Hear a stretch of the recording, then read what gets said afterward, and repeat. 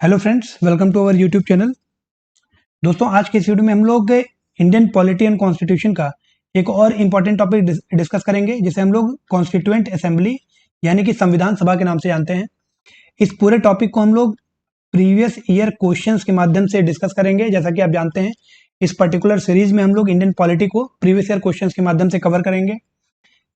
इसमें basically UPSC और UPPSC, IAS और पीसीएस के एग्जाम में जितने भी क्वेश्चन प्रीलिम्स में पूछे गए हैं, उन सभी को हम यहाँ पर डिस्कस करने वाले हैं कॉन्स्टिट्यूएंट असेंबली टॉपिक से रिलेटेड। ठीक है, सो लेट्स स्टार्ट।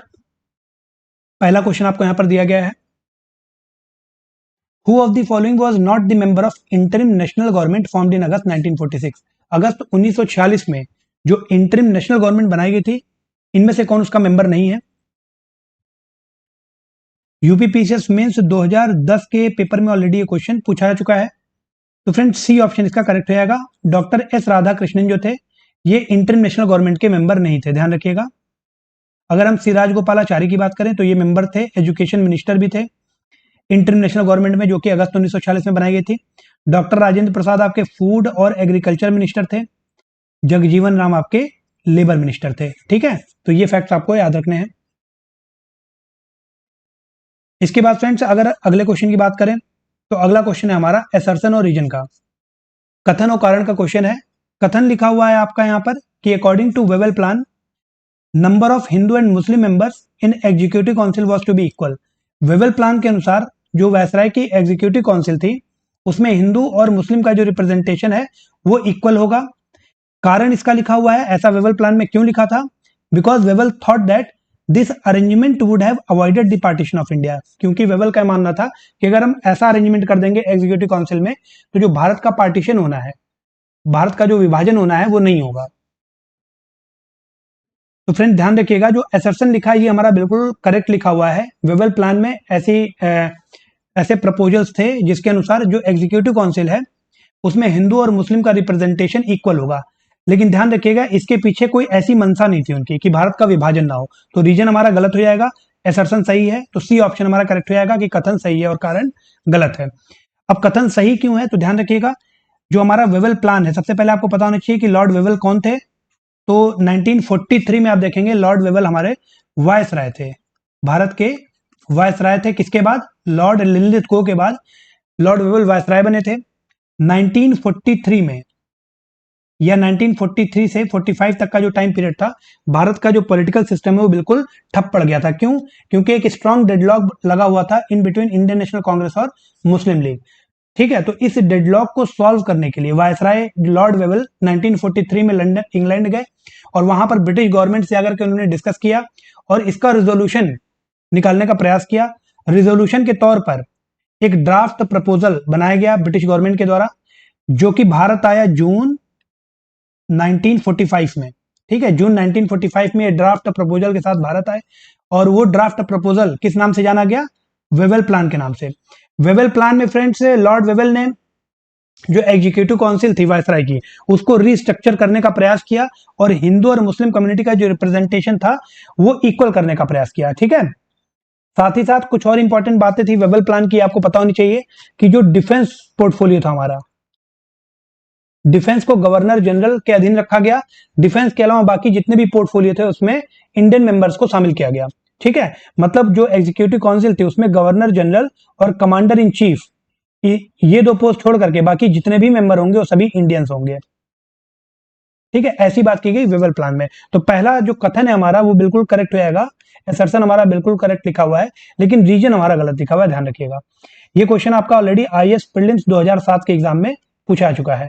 आगे बढ़ते हैं फ्रेंड्स, अगला क्वेश्चन है, who gave the idea of constituent assembly firstly for the formation of constitution for India. Bharat के लिए संविधान बनाने के लिए एक कॉन्स्टिट्यूएंट असेंबली बनाना होगा सबसे पहले, ये आइडिया सबसे पहले किसने दिया था? चार ऑप्शन है आपके पास, स्वराज पार्टी, कांग्रेस पार्टी, मुस्लिम लीग या ऑल पार्टीज कॉन्फ्रेंस। और ये क्वेश्चन आपका यूपीएससी यानी कि आईएएस के प्रीलिम्स के एग्जाम में पूछा चुका है। तो फ्रेंड ध्यान रखिएगा, इसका राइट आंसर हो जाएगा स्वराज पार्टी इन 1934। स्वराज पार्टी का जो रांची का सेशन हुआ था 1934 में, उसमें सबसे पहली बार ये आइडिया रखा गया कि भारत के लिए एक संविधान बनाया जाएगा और जो कि एक संविधान सभा के द्वारा बनाया जाएगा। तो कॉन्स्टिट्यूएंट असेंबली का जो आइडिया था वो सबसे पहले स्वराज पार्टी के रांची सेशन में रखा गया 1934 में। ध्यान रखिएगा, एमएन रॉय इससे एसोसिएटेड है, एमएन रॉय, ये एमएन रॉय का आइडिया था। ठीक है, सबसे पहले आइडिया किसने दिया था कॉन्स्टिट्यूएंट असेंबली का? तो 1934 में एमएन रॉय ने दिया था, जो कि स्वराज पार्टी से हमारे एसोसिएटेड थे। ठीक है, इसके अलावा फ्रेंड्स एक और बात कही गई थी इसी सेशन में, रांची सेशन में ही, कि जो कॉन्स्टिट्यूएंट असेंबली बनाई जाएगी, ठीक है, वो अडल्ट सफरेज के द्वारा बनाई जाएगी, अडल्ट सफरेज। तो अडल्ट सफरेज की बात भी 1934 में स्वराज पार्टी के द्वारा की गई थी। तो we can say that it was the first occasion when Indians demanded for the constituent assembly. आगे बढ़ते हैं, अगला क्वेश्चन है हमारा, which of the following statement is are true in relation to constituent assembly? Bharat के संविधान सभा के संदर्भ में इनमें से कौन सी बातें सत्य हैं? पहला स्टेटमेंट लिखा हुआ है कि assembly was based on adult suffrage, जो हमारी कॉन्स्टिट्यूएंट असेंबली संविधान सभा था वो अडल्ट सफरेज पे बेस्ड थी, आधारित थी। दूसरा स्टेटमेंट है कि assembly was a result of direct election, जो असेंबली बनाई गई थी वो डायरेक्ट इलेक्शंस के माध्यम से बनाई गई थी। Assembly was a multi party body, तीसरा स्टेटमेंट है कि इसमें बहुत सारी पॉलिटिकल पार्टीज इन्वॉल्व थी। चौथा स्टेटमेंट है हमारा कि assembly worked through various committees, assembly अपना काम कमिटीज के माध्यम से करती थी। तो फ्रेंड ध्यान रखिएगा, जो हमारी कॉन्स्टिट्यूएंट असेंबली बनाई गई थी, ठीक है, वो अडल्ट सफरेज से नहीं बनाई गई थी। यहां पर जो हमारे मेंबर्स थे, या हम कह सकते हैं जो कॉन्स्टिट्यूएंट असेंबली का इलेक्टोरल कॉलेज था, उसमें कौन सी चीज शामिल थी? तो हम कह सकते हैं legislative assembly of states, states की लेजिस्लेटिव असेंबली शामिल थी। स्टेट्स की लेजिस्लेटिव असेंबली में जो मेंबर्स थे उनमें से ही मेंबर सिलेक्ट किए गए थे कॉन्स्टिट्यूएंट असेंबली को बनाने के लिए। तो कोई अडल्ट सफरेज नहीं था, और वो जो इलेक्शन था वो इनडायरेक्ट था, ध्यान रखिएगा, इनडायरेक्ट इलेक्शन से ये मेंबर सेलेक्ट किए गए थे। ठीक है, तो हम कह सकते हैं कि यहाँ पर दूसरा स्टेटमेंट हमारा गलत है, जो कि डायरेक्ट इलेक्शन लिखा हुआ है। और अगर दूसरा स्टेटमेंट आप एलिमिनेट कर दें तो हमारा पहला ऑप्शन, बी ऑप्शन और डी ऑप्शन गलत हो जाएगा, मतलब सी ऑप्शन हमारा बिल्कुल करेक्ट हो जाएगा। ठीक है, 3 एंड 4। अब जो असेंबली थी वो मल्टी पार्टी बॉडी थी। जो असेंबली थी उसमें हमारे बहुत सारे पॉलिटिकल पार्टीज थे, जैसे कि आपका INC, Indian National Congress, Muslim league, कुछ इंडिपेंडेंट मेंबर्स भी शामिल थे, और भी वेरियस पार्टीज थी। तो हम कह सकते हैं it was multi party body. इसके अलावा फ्रेंड्स जो असेंबली थी हमारी कॉन्स्टिट्यूएंट असेंबली या संविधान सभा, वो बहुत सारी कमिटीज के थ्रू भी काम करती थी। अभी उन कमिटीज के बारे में हम आगे डिस्कस करेंगे। ठीक है, तो हमारा तीसरा चौथा स्टेटमेंट करेक्ट हो जाएगा, ये दोनों करेक्ट हो जाएंगे, पहला दूसरा स्टेटमेंट हमारा गलत हो जाएगा। कॉन्स्टिट्यूएंट असेंबली के बारे में कुछ और इंपॉर्टेंट बातें हैं जो आपको पता होनी चाहिए। जैसे कि अगर हम बात करें पहली मीटिंग की, तो कॉन्स्टिट्यूएंट असेंबली की हमारी पहली मीटिंग हुई थी 9 दिसंबर 1946 को। ध्यान रखिएगा, ये मीटिंग कहां पर हुई थी? तो न्यू दिल्ली में सेंट्रल हॉल में मीटिंग रखी गई थी, और इसी सेंट्रल हॉल को बाद में पार्लियामेंट हाउस में कन्वर्ट कर दिया गया। ठीक है, संसद भवन में। अगर कॉन्स्टिट्यूएंट असेंबली की हम बात करें फ्रेंड्स, तो इसमें नॉमिनेटेड मेंबर भी थे और इलेक्टेड मेंबर भी थे। इसीलिए कहा जाता था कि our assembly constitutes of some nominated, partly nominated और पार्टली इलेक्टेड मेंबर्स। फ्रेंड्स ये मल्टी पार्टी थी, ऑलरेडी मैंने आपको बता दिया, इंडियन नेशनल कांग्रेस, मुस्लिम लीग और कुछ इंडिपेंडेंट मेंबर्स भी थे। कमिटीज की बात करें फ्रेंड्स, तो टोटल 8 मेजर कमिटीज थी और कुछ माइनर कमिटीज थी। ठीक है, तो तीसरा चौथा स्टेटमेंट हमारा सही है, पहला दूसरा गलत हो जाएगा। आगे बढ़ते हैं, अगला क्वेश्चन है हमारा कि member of constituent assembly who drafted the constitution of India. जो मेंबर्स थे उनके बारे में क्वेश्चन है। कॉन्स्टिट्यूएंट असेंबली में जो मेंबर्स थे जिन्होंने कॉन्स्टिट्यूशन का ड्राफ्ट किया, कॉन्स्टिट्यूशन को बनाया, तो पहला स्टेटमेंट यहां पर लिखा हुआ है कि they were nominated by British parliament. दूसरा लिखा हुआ है they were nominated by governor general. तीसरा स्टेटमेंट है कि they were elected by legislative assembly of various provinces. और चौथा है they were elected by Indian National Congress and Muslim League. तो ध्यान रखिएगा, सी ऑप्शन हमारे यहाँ पर बिल्कुल करेक्ट हो जाएगा। आईएएस के प्रीलिम्स का जो एग्जाम हुआ था आपका 2002 का, उसमें क्वेश्चन पूछा चुका है। अभी मैंने आपको बताया है कि जो भी मेंबर्स थे, जो भी सदस्य थे, उनको प्रोविंशियल लेजिस्लेटिव असेंबली से इलेक्ट किया गया था, और वो जो इलेक्शन था वो इनडायरेक्ट इलेक्शन था, ध्यान रखिएगा। ठीक है, अब यहाँ पर किसी भी प्रांत से जो भी मेंबर लिए जा रहे थे वो 1:10 के रेशियो में लिए जा रहे थे, मतलब 10 लाख की जनसंख्या पर एक रिप्रेजेंटेटिव हमारा लिया जा रहा था। ठीक है, तो इस तरह से जितने भी, मतलब इसको अगर आप समझना चाहें तो अगर किसी प्रांत की जनसंख्या 10 लाख है तो उनका रिप्रेजेंटेशन एक प्रतिनिधि के द्वारा किया जाएगा।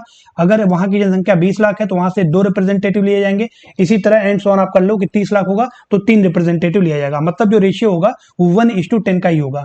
ठीक है, इसके अलावा फ्रेंड्स इस तरह से जो मेंबर्स चुन के आए थे, तो जो प्रोविंशियल लेजिस्लेटिव असेंबली थे वहां से टोटल 292 मेंबर्स आए थे। कहां से? प्रोविंशियल लेजिस्लेटिव असेंबली से। ठीक है, इसके अलावा अगर हम प्रिंसली स्टेट्स की बात करें तो वहां से आपके 93 मेंबर्स चुन के आए थे। और अगर चीफ कमिश्नर्स प्रोविंस की बात करें तो वहां से टोटल 4 मेंबर्स सेलेक्ट हुए थे। तो ये हमारा डिवीजन था मेंबर्स का। आगे बढ़ते हैं फ्रेंड्स, अगला क्वेश्चन है हमारा कि first day session of Indian constituent assembly was chaired bye. जो पहला सेशन हुआ था इंडियन कॉन्स्टिट्यूएंट असेंबली का, उसका चेयरमैनशिप किसने किया था? तो ये क्वेश्चन आपका यूपी पीसीएस मेंस 2011 और 2013 2 साल लगातार पूछा गया है। तो जो पहला सेशन हुआ था friends, it was chaired by doctor Sachchidananda Sinha. ध्यान रखिएगा, बी ऑप्शन हमारा बिल्कुल करेक्ट हो जाएगा। इनको टेम्परेरी चेयरमैन भी कहा जाता था। ठीक है, 9 दिसंबर 1946 को जो पहली मीटिंग हुई थी कॉन्स्टिट्यूएंट असेंबली की, उसकी चेयरमैनशिप की थी डॉक्टर सच्चिदानंद सिन्हा ने। ध्यान रखिएगा। ठीक है, परमानेंट जो चेयरमैन थे वो हमारे चुने गए थे 11 दिसंबर को। 11 दिसंबर 1946 को परमानेंट चेयरमैन कौन चुना गया? तो आप कह सकते हैं डॉक्टर राजेंद्र प्रसाद। डॉक्टर राजेंद्र प्रसाद पहले परमानेंट मेंबर थे कॉन्स्टिट्यूएंट असेंबली को। अब इसमें एक इंपॉर्टेंट फैक्ट आपको याद रखना है कि इनका नाम किसने प्रपोज किया था? तो इनका नाम प्रपोज किया था जेबी कृपलानी ने। जेबी कृपलानी ने। ठीक है, आगे बढ़ते हैं फ्रेंड्स, अगला क्वेश्चन है हमारा कि the resolution for giving a constitution to India was adopted by constituent assembly on. मतलब भारत के लिए एक संविधान होगा, ये रेजोल्यूशन कॉन्स्टिट्यूएंट असेंबली के द्वारा कब अडॉप्ट किया गया? तो हम कह सकते हैं ये क्वेश्चन यूपी पीसीएस प्रीलिम्स में ऑलरेडी पूछा चुका है। तो फ्रेंड्स कॉन्स्टिट्यूएंट असेंबली के द्वारा ये रेजोल्यूशन अडॉप्ट किया गया था 22 जनवरी 1947 को। ध्यान रखिएगा। ठीक है, 22 जनवरी 1947 को कॉन्स्टिट्यूएंट असेंबली ने अडॉप्ट किया था कि भारत का एक संविधान होगा। इसके अलावा फ्रेंड्स इसमें कुछ और इंपॉर्टेंट फैक्ट्स हम देख सकते हैं, जैसे कि अगर कॉन्स्टिट्यूएंट असेंबली की बात की जाए तो इसमें टोटल 11 सेशन हुए थे। 11 प्लस एक सेशन और हुआ था, तो अगर 12 ऑप्शन में दिया है तो आपको 12 को ही टिक करना है। कॉन्स्टिट्यूएंट असेंबली के टोटल 12 सेशन हुए थे, 2 साल 11 महीने और 18 दिन, ये टोटल टाइम पीरियड था कॉन्स्टिट्यूशन के बनने का। ध्यान रखिएगा, जो 11वां सेशन हुआ था, 11th सेशन, ये आपका हुआ था 26 नवंबर 1949 को। और जो 12वां सेशन था ये आपका हुआ था 24 जनवरी 1950 को। ठीक है, जो 12वां सेशन था हमारा वो हुआ था 24 जनवरी 1950 को। और जो 11वां सेशन था वो हुआ था आपका 26 नवंबर 1949 को। तो ये दो फैक्ट आपको याद हो गए होंगे। इसके अलावा फ्रेंड्स आपको इसमें एक बात और ध्यान रखनी है कि कॉन्स्टिट्यूशन के बनने में टोटल एक्सपेंडिचर कितना था? तो वो था आपका 64 लाख रुपए। जो टोटल एक्सपेंडिचर था वो था आपका 64 लाख रुपए। ठीक है, आगे बढ़ते हैं फ्रेंड्स, अगला क्वेश्चन है हमारा कि who among the following was the chairman of union constitution committee of constituent assembly. Union constitution committee के चेयरमैन कौन थे? तो ध्यान रखिएगा, सी ऑप्शन हमारा बिल्कुल करेक्ट हो जाएगा। जो यूनियन कमेटी थी उसके चेयरमैन थे पंडित जवाहरलाल नेहरू। ठीक है, यूनियन कमेटी या स्टेट कमेटी कुछ भी पूछा जाए तो आप कह सकते हैं कि चेयरमैन थे आपके पंडित जवाहरलाल नेहरू। इसके अलावा friends rule of procedure committee और स्टीयरिंग कमेटी, इसके चेयरमैन थे आपके डॉक्टर राजेंद्र प्रसाद। इसके अलावा अगर आपसे पूछा जाए advisory committee of fundamental right and minority, तो इसके चेयरमैन थे आपके सरदार वल्लभ भाई पटेल। ठीक है, advisory committee on fundamental right and minority, इसके चेयरमैन थे सरदार वल्लभ भाई पटेल। इसी के दो सब कमेटी भी थी, फंडामेंटल राइट सब कमेटी जिसका चेयरमैनशिप किया था जेबी कृपलानी ने, और अगर हम माइनॉरिटी सब कमेटी की बात करें तो इसकी चेयरमैनशिप की थी एच.सी. मुखर्जी ने। ठीक है, तो जो फंडामेंटल राइट सब कमेटी थी उसकी चेयरमैनशिप की थी जेबी कृपलानी ने, और जो माइनॉरिटी सब कमेटी थी वो उसकी चेयरमैनशिप की थी एच.सी. मुखर्जी ने। एच.सी. मुखर्जी आप कह सकते हैं कॉन्स्टिट्यूएंट असेंबली के वाइस प्रेसिडेंट भी थे, परमानेंट वाइस प्रेसिडेंट कौन थे? एच.सी. मुखर्जी।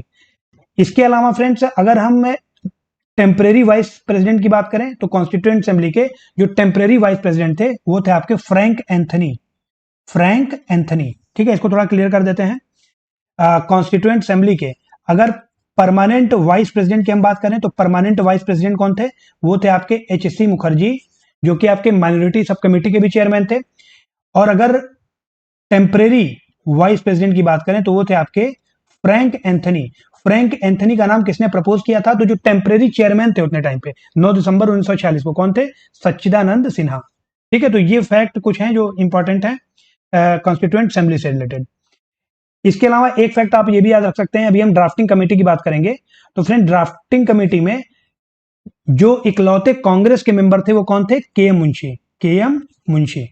ठीक है, आगे बढ़ते हैं फ्रेंड्स। अगला क्वेश्चन है हमारे पास, drafting committee of the constituent assembly under B R Ambedkar had how many other members. तो जो ड्राफ्टिंग कमेटी थी, अभी मैंने आपको बताया कि उसके चेयरमैन कौन थे? Doctor B R Ambedkar. Ambedkar ji के अलावा इसमें 6 और मेंबर थे, ध्यान रखिएगा। बी ऑप्शन हमारा करेक्ट हो जाएगा। और ये क्वेश्चन आपको ऑलरेडी यूपीपीएससी मेंस एग्जाम में पूछा जा चुका है। 2008 में यूपीपीएससी प्रीलिम्स 2014 में पूछा जा चुका है, यूपी लोअर सबऑर्डिनेट प्रीलिम्स 2008 में पूछा जा चुका है। तो कई बार ये क्वेश्चन रिपीटेडली पूछा जा चुका है। फ्रेंड्स, ड्राफ्टिंग कमेटी जो थी ये हमारी 29 अगस्त 1947 को बनाई गई थी। तो ये आपको ये डेट भी याद रखनी होगी कि ड्राफ्टिंग कमेटी जो थी it is formed on 29th of August 1947 to discuss and decide the form and structure of the constitution. तो इसमें चेयरमैनशिप की थी बी आर अंबेडकर जी ने, और इनके अलावा 6 और मेंबर थे। तो कौन से वो 6 मेंबर देख लेते हैं। पहले थे आपके अल्लादी कृष्ण स्वामी अय्यर, ठीक है। इसके अलावा एन गोपाला स्वामी अयंगर, एन गोपाला स्वामी अयंगर, मोहम्मद सादुल्ला, ठीक है। इसके अलावा आप कह सकते हैं के एम मुंशी, बी एल मितर, ठीक है, और डीपी खैतान, डीपी खैतान। तो ये टोटल 6 मेंबर थे। Alladi Krishnaswami Ayyar, N Gopalaswami Ayyangar, Mohammad Saadulla, B L Mitter, DP Khaitan और के एम मुंशी। ये टोटल 6 मेंबर थे हमारी ड्राफ्टिंग कमेटी में, ठीक है।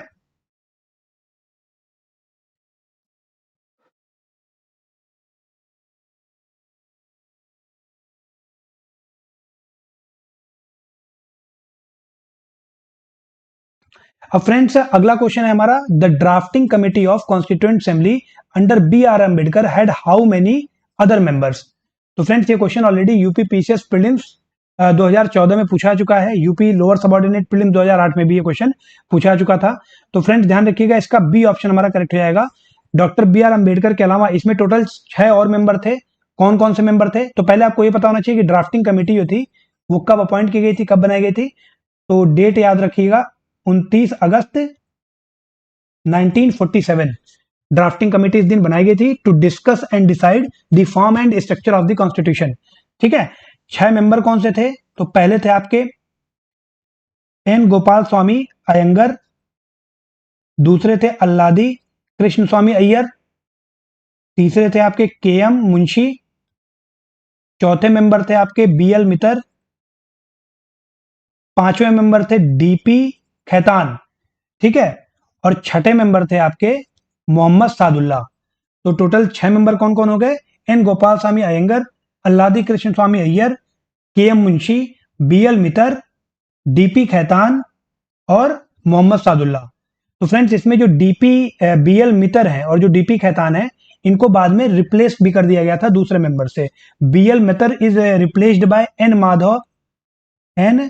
माधव राव, ठीक है। जो बी एल मितर थे इनको एन माधव राव से रिप्लेस किया गया था ड्यू टू देयर डेथ। जो बी एल मितर थे, sorry, due to their bad health, B L Mitter की तबीयत खराब होने के कारण जो एन माधव राव हैं उन्होंने इनको रिप्लेस कर दिया, और डीपी खैतान का देहांत हो गया था, ठीक है। तो इनको रिप्लेस किया था टीटी कृष्णामचारी ने, ध्यान रखिएगा, ठीक है। तो बाद में भी 6 मेंबर मेंटेन किए गए। जो बी एल मितर थे इनको रिप्लेस कर दिया गया एन माधव राव के द्वारा, और जो डीपी खैतान थे इनका देहांत हो गया था, जिसके कारण इनको टीटी कृष्णामचारी से रिप्लेस कर दिया गया। कई बार कारण भी पूछता है, ध्यान रखिएगा एग्जाम में। तो बी एल मितर जो थे इनकी तबियत खराब थी due to their bad health, और जो डीपी खैतान थे इनकी मृत्यु हो गई थी, इनका देहांत हो गया था।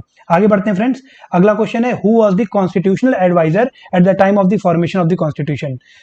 कॉन्स्टिट्यूशन के बनने के समय पर कॉन्स्टिट्यूशनल एडवाइजर कौन थे? संवैधानिक सलाहकार के तौर पर कौन काम कर रहा था? तो जो है 2014 पीसीएस प्रीलिम्स में क्वेश्चन ऑलरेडी पूछा चुका है। तो ध्यान रखिएगा, सर बेनिगल नरसिंह राव, ठीक है, सर बेनिगल नरसिंह राव, ये आपके कॉन्स्टिट्यूशनल एडवाइजर थे during the formation of the constitution.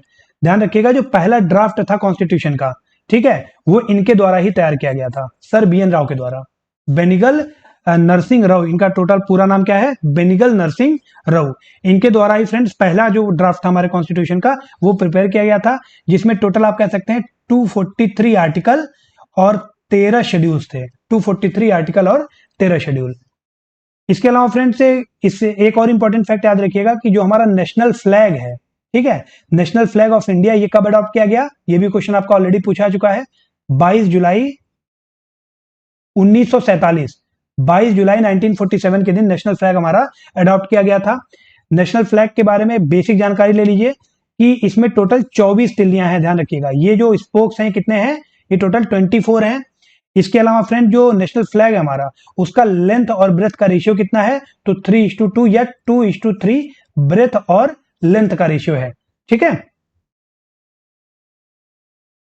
अब नेशनल फ्लैग की अगर हम बात कर रहे हैं तो हमारी एक फ्लैग कमेटी भी थी, तो उसको भी देख लेते हैं। तो फ्लैग कमेटी के ऊपर भी क्वेश्चन ऑलरेडी पूछा चुका है, और फ्लैग कमेटी टोटल 2 थी, ध्यान रखिएगा, ठीक है। जो एक फ्लैग कमेटी थी वो 1931 में बनाई गई थी। 1931 का जो हमारा कराची सेशन हुआ था, ठीक है, आईएनसी का, इंडियन नेशनल कांग्रेस का, ये आपका हुआ था 2 अप्रैल 1931 को। तो इसकी चेयरमैनशिप किसने की थी, सरदार वल्लभ भाई पटेल ने, ठीक है। तो उसमें एक फ्लैग कमेटी बनाई गई थी और उसके चेयरमैन कौन थे, तो सरदार वल्लभ भाई पटेल ही थे, ध्यान रखिएगा। फ्लैग कमेटी के भी चेयरमैन सरदार वल्लभ भाई पटेल भी थे, पटेल ही थे, जो 1931 में बनाई गई थी। अब 1931 का जो कराची सेशन है, इसके एक दो इंपॉर्टेंट बातें और आप ध्यान रखिएगा। क्या कि जो फ्रेंड्स हमारा 1931 का कराची सेशन हुआ था, उसमें फंडामेंटल राइट्स की बात की गई थी, ठीक है। जो फंडामेंटल राइट्स के ऊपर प्रोविजंस हैं कॉन्स्टिट्यूशन में, उसकी बात कराची सेशन में ही की गई थी। कराची सेशन जो था 1931 का, उसमें ही ये डिसीजन लिया गया था कि जो सेकंड राउंड टेबल कॉन्फ्रेंस होना है ना, इरविन के टाइम पे, लॉर्ड इरविन के टाइम पे जो सेकंड राउंड टेबल कॉन्फ्रेंस होना था, उसमें कांग्रेस का जो प्रतिनिधित्व होगा कौन करेगा, महात्मा गांधी जी करेंगे, और वो कहां पर होना था, लंदन में होना था। तो ये दो बातें और आप ध्यान रखिएगा 1931 के कराची सेशन के बारे में। इसके बाद फ्रेंड जो दूसरी फ्लैग कमेटी थी हमारी, वो एडहॉक कमेटी थी, ध्यान रखिएगा। एडहॉक कमेटी और नेशनल फ्लैग थी, और उसकी अध्यक्षता किसने की थी, तो उसकी अध्यक्षता की थी जेबी कृपलानी जी ने, ठीक है। उसकी अध्यक्षता की थी राजेंद्र प्रसाद जी ने, डॉक्टर राजेंद्र प्रसाद जी ने, ठीक है, जो दूसरी फ्लैग कमेटी हमारी बनी थी।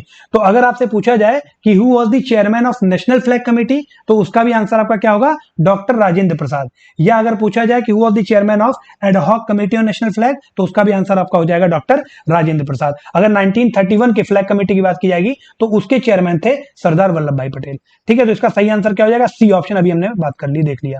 आगे बढ़ते हैं। अगला क्वेश्चन है, the constitution of India was adopted on, कब अडॉप्ट किया गया, तो फ्रेंड्स जब आप प्रियम्बल को पढ़ते हैं तो उसमें लिखा हुआ है, we the people of India having solemnly resolved to constitute India into, सारी उसमें प्रॉपर्टीज लिखी हुई है कि हमें भारत को कैसा बनाना है, sovereign, socialist, secular, democratic, Republic. और बाद में आप देखेंगे लास्ट लाइन में लिखा हुआ है, we do hereby adopt and enact and to give our self. तो कितनी बात की गई है, adopt and enact and to give our self this constitution on 26 November 1949। तो 26 नवंबर 1949 को हमने अपने कॉन्स्टिट्यूशन को अडॉप्ट किया, इनेक्ट किया और कंप्लीट किया। ध्यान रखिएगा, अगर इन्फोर्समेंट की बात आएगी तो जो हमारा कॉन्स्टिट्यूशन था वो इफेक्ट में कब आया था, 26 जनवरी 1950 को। अगर एडॉप्शन और इनेक्टमेंट की बात आएगी तो वो क्या हो जाएगा, 26 नवंबर 1949। लेकिन इन्फोर्समेंट की अगर बात आएगी, when our constitution came into force और केम इनटू इफेक्ट, तो हम कह सकते हैं 26 जनवरी 1950। लेकिन ध्यान रखिएगा, कुछ प्रोविजंस ऐसे थे जो 26 नवंबर 1949 को ही इन्फोर्स हो गए थे। वो प्रोविजंस कौन से थे, तो हम कह सकते हैं पहला प्रोविजन था हमारा पार्लियामेंट, ठीक है। उसके अलावा फ्रेंड सिटीजनशिप, पार्लियामेंट, और हम कह सकते हैं कि इमरजेंसी। 3 प्रोविजन ये थे, इमरजेंसी, पार्लियामेंट और सिटीजनशिप, जो 26 नवंबर 1949 को ही इन्फोर्स हो गए थे। इसके अलावा जो रेस्ट ऑफ द कॉन्स्टिट्यूशन था, it was came into force on 26 जनवरी 1950, ठीक है। तो इसका सही आंसर क्या हो जाएगा, बी ऑप्शन हमारा करेक्ट हो जाएगा, 26 नवंबर 1949। ये question friends already UP PCS mains 2010 और यूपी पीसीएस प्रीलिम्स 2002 में पूछा चुका है। फ्रेंड्स इसके अलावा कुछ और इंपॉर्टेंट बातें हम देख लेते हैं। जैसे अगर आपसे पूछा जाए कि जन गण मन को नेशनल एंथम के रूप में कब अडॉप्ट किया गया था, तो हम कह सकते हैं 24 जनवरी 1950। 24 जनवरी 1950 के दिन जन गण मन इसको नेशनल एंथम के रूप में स्वीकार किया गया था। अगर औपचारिक रूप से फॉर्मल तरीके से हम जनगण गण को गाएं तो टोटल 52 सेकंड लगता है, ध्यान रखिएगा, टोटल 52 सेकंड लगता है जनगण गण को फॉर्मल रूप में गाने पर। ठीक है, 24 जनवरी 1950 को इसे नेशनल एंथम के रूप में सेलेक्ट किया गया था। इसके अलावा फ्रेंड्स अगर स्टेट एम्बलम की बात करें तो स्टेट एम्बलम आपका क्या है, सारनाथ वाराणसी से जो अशोका पिलर है उसको हमने स्टेट एम्बलम के रूप में स्वीकार किया, अडॉप्ट किया है। और ये अडॉप्ट कब किया गया है तो ध्यान रखिएगा 26 जनवरी 1950। तो इससे पहले हम लोगों ने बात की थी कि तिरंगे को कब अडॉप्ट किया गया था कॉन्स्टिट्यूएंट असेंबली के द्वारा, तो वो था आपका 22 जुलाई 1947। तो तीनों डेट बहुत ज्यादा इंपॉर्टेंट है, याद रखिएगा। 22 जुलाई 1947 को हमारा तिरंगा अडॉप्ट किया गया था। उसके बाद 24 जनवरी 1950 को जनगण गण अडॉप्ट किया गया और 26 जनवरी 1950 को जो स्टेट एम्बलम है हमारा अशोका पिलर उसको अडॉप्ट किया गया। आगे बढ़ते हैं, mention the correct date of the last meeting of the constituent assembly. तो लास्ट मीटिंग कब हुई थी, तो थोड़ी देर पहले अभी हम लोगों ने बात की कि 24 जनवरी 1950 ये हमारी लास्ट मीटिंग थी जिस दिन साइन हुआ था कॉन्स्टिट्यूशन पे, जितने भी मेंबर थे सबका साइन लिया गया था। ठीक है, जो 26 ऑफ नवंबर 1949 है इस दिन 11वीं मीटिंग हुई थी, 11th मीटिंग। 12वीं मीटिंग हमारी आखिरी थी जो कि 24 जनवरी 1950 को आयोजित की गई थी। अगला है 26 जनवरी को ही क्यों सिलेक्ट किया गया इनॉग्रेशन ऑफ कॉन्स्टिट्यूशन की तरह तौर पर, डेट के तौर पर। तो फ्रेंड 4 ऑप्शन है आपके पास, ध्यान रखिएगा। फ्रेंड्स 26 जनवरी के दिन ही कांग्रेस ने इंडिपेंडेंस डे सेलिब्रेट किया था 1930 में। 1929 का लाहौर सेशन आपको ध्यान होगा, 1929 में जो लाहौर सेशन हुआ था आईएनसी का, इंडियन नेशनल कांग्रेस का, उसकी अध्यक्षता किसने की तो पंडित जवाहरलाल नेहरू ने की थी। और इसी दिन ये डिसाइड किया गया था कि 26 जनवरी को हम इंडिपेंडेंस डे सेलिब्रेट करेंगे। और इसके बाद लगातार कांग्रेस ने 26 जनवरी को इंडिपेंडेंस डे सेलिब्रेट किया, इसीलिए 26 जनवरी को ही आप कह सकते हैं date for inauguration of constitution declare किया गया। आगे बढ़ते हैं, अगला क्वेश्चन है B R Ambedkar was elected to the constituent assembly from. B R Ambedkar को कहां से चुना गया था, किस कॉन्स्टिट्यूएंट असेंबली से, तो ध्यान रखिएगा फ्रेंड्स इन्हें बॉम्बे प्रेसिडेंसी से इलेक्ट किया गया था। सबसे पहले अगर बी आर अम्बेडकर की हम बात करें तो 1946 में डॉक्टर बी आर अम्बेडकर को जो बंगाल का ईस्टर्न पार्ट है वहां से इलेक्ट किया गया, लेकिन ध्यान रखिएगा बाद में इसे पाकिस्तान में मिला दिया गया। ठीक है, तो बॉम्बे प्रेसिडेंसी से एम आर जायकर ने इस्तीफा दिया था, बॉम्बे प्रेसिडेंसी से एम आर जायकर ने रिजाइन किया था, तो उसी सीट से बाद में बी आर अम्बेडकर को भी चुन लिया गया। ठीक है, तो ये एक छोटी सी कहानी जो आपको याद रखनी होगी। इसके अलावा फ्रेंड्स बी आर अम्बेडकर का बर्थ डेट और डेथ डेट ये भी आपको याद होना चाहिए, एग्जाम में कई बार पूछ लिया जाता है। तो ध्यान रखिएगा इनका जन्म हुआ था 14 अप्रैल 1891 के दिन। ठीक है, और इनकी डेथ कब हुई थी, देहांत कब हुआ था तो 6 दिसंबर 1956। ठीक है, 14 अप्रैल 1891 में पैदा हुए थे और 6 दिसंबर 1956 में इनकी मृत्यु हो गई थी। अगला क्वेश्चन है असर्शन और रीजन के, 2 क्वेश्चन यहां पर लिखे हुए हैं स्टेटमेंट और रीजन के। तो पहला ये आपका क्वेश्चन है, ठीक है, और ये दूसरा क्वेश्चन है, तो देख लेते हैं ये इसको। पहला क्वेश्चन है आपका the constitution of India provides for all necessities of the country. Bharat गणराज्य की आप कह सकते हैं जितनी भी जरूरतें थी वो हमारी संविधान पूरी करती है, या हमारे संविधान में लिखी हुई है। ठीक है, कारण क्या इसका लिखा हुआ है, बिकॉज इट इज नोन और कॉल्ड एज एडॉप्टेड कॉन्स्टिट्यूशन। तो फ्रेंड्स पहला और दूसरा दोनों स्टेटमेंट सही है, लेकिन जो रीजन है वो इसकी सही व्याख्या नहीं करता है। क्यों नहीं करता है, क्योंकि फ्रेंड्स अगर हम कॉन्स्टिट्यूशन की बात करें तो इसमें सारी नेसेसिटीज क्यों इंक्लूड की गई हैं, क्योंकि आप देखेंगे कि बहुत सारे इसके प्रोविजंस जो हैं वो पहले बन चुके संविधानों से लिए गए हैं, दूसरे देश के जो संविधान है वहां से प्रोविजंस लिए गए हैं। और ये जो हमारे भारत का फ्यूचर है, जो हमारे देश का फ्यूचर है, उसको मद्देनजर रख करके ही लिए गए हैं कि हमारा जो भारत है वो आगे कैसा हो सकता है, कौन कौन से प्रोविजन इंक्लूड करने पड़ेंगे। इसीलिए यहाँ पर एक हमारे संविधान में प्रोविजन है अमेंडमेंट का। ठीक है, आर्टिकल 368 जब आप पढ़ेंगे कॉन्स्टिट्यूशन का, तो power of parliament to amend this constitution. तो ये सारे प्रोविजंस जो भविष्य है उसको मद्देनजर रख के ही वहां पर रखे गए हैं। तो ए और आर इंडिपेंडेंटली दोनों सही है। अडॉप्टेड कॉन्स्टिट्यूशन हम क्यों कहते हैं, क्योंकि बहुत सारे प्रोविजंस बोरो किए गए हैं। ठीक है, तो दोनों ही सही है, लेकिन जो आर है वो ए की सही व्याख्या नहीं कर रहा है। उसी तरह अगर हम दूसरा असर्शन रीजन का क्वेश्चन देखें तो यहां लिखा हुआ है कि India is a democratic country, जो कि बिल्कुल करेक्ट लिखा हुआ है। डेमोक्रेटिक कंट्री क्यों है, तो कारण में लिखा हुआ है because it has a constitution of its own, क्योंकि भारत के पास एक संविधान है तो यह डेमोक्रेटिक कंट्री हो जाएगा या लोकतंत्र हो जाएगा। तो फ्रेंड्स यहां पर ए और आर दोनों ही सही है, लेकिन आर इसका सही कारण नहीं है। क्यों सही कारण नहीं है? क्योंकि हमें ऐसे भी डेमोक्रेटिक या लोकतंत्र का देश, लोकतांत्रिक देशों का नाम पता है जिनके पास संविधान नहीं है। जैसे कि अगर हम ब्रिटेन का बात करें, यूनाइटेड किंगडम की बात करें, तो ये भी एक डेमोक्रेसी है, पर इसके पास कोई अपना लिखित संविधान नहीं है, रिटन कॉन्स्टिट्यूशन नहीं है।